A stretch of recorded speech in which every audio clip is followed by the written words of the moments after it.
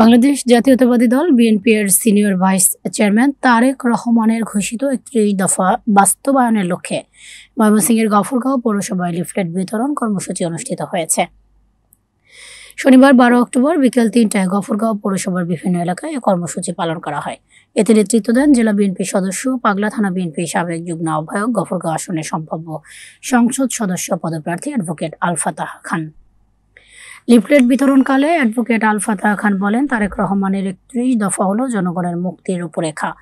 এটি বাস্তবায়ন হলে বাংলাদেশ সত্যিকার গণতন্ত্র প্রতিষ্ঠিত হবে। আগামী জাতীয় নির্বাচন জনগণের ভোটাধিকার ফিরিয়ে আনতে হবে। এ সময় তিনি বিএনপি চেয়ারপারসন বেগম খালেদা জিয়ার সুস্থতা ও দীর্ঘায়ু কামনা করেন।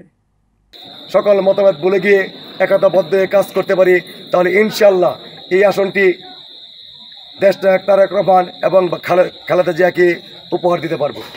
পরিশেষে আমি একটি কথাই বলবো, যারা জনগণের সাথে ছিলেন, দীর্ঘদিন আন্দোলন সংগ্রামে উপস্থিত থেকে জনগণের সাথে থেকে সকল প্রতিকূলতার সাথে যুদ্ধ করে দলকে সাংগঠনিকভাবে শক্তিশালী করার জন্য কাজ করে গেছেন, আশা করি আমাদের ভারপ্রাপ্ত চেয়ারম্যান সহ দলের নীতি নির্ধারকগণ যে আশ্বাস আমাদেরকে দিয়েছেন যে মাঠ কর্মী এবং দলের নিবেদিত নেতাদেরকে ওনারা মূল্যায়ন করবেন, আমি আশা করি সেই দিক থেকে আমাদের ভারপ্রাপ্ত চেয়ারম্যান এবং দলের নীতি নির্ধারকবৃন্দ যদি সুষ্ঠু তদন্তের মাধ্যমে গফরগাঁয়ে সকলের গ্রহণযোগ্য একজন প্রার্থী নির্ধারণ করে দেন, তাহলে এই আসনটি অবশ্যই দানের শীষ জয়যুক্ত হবে।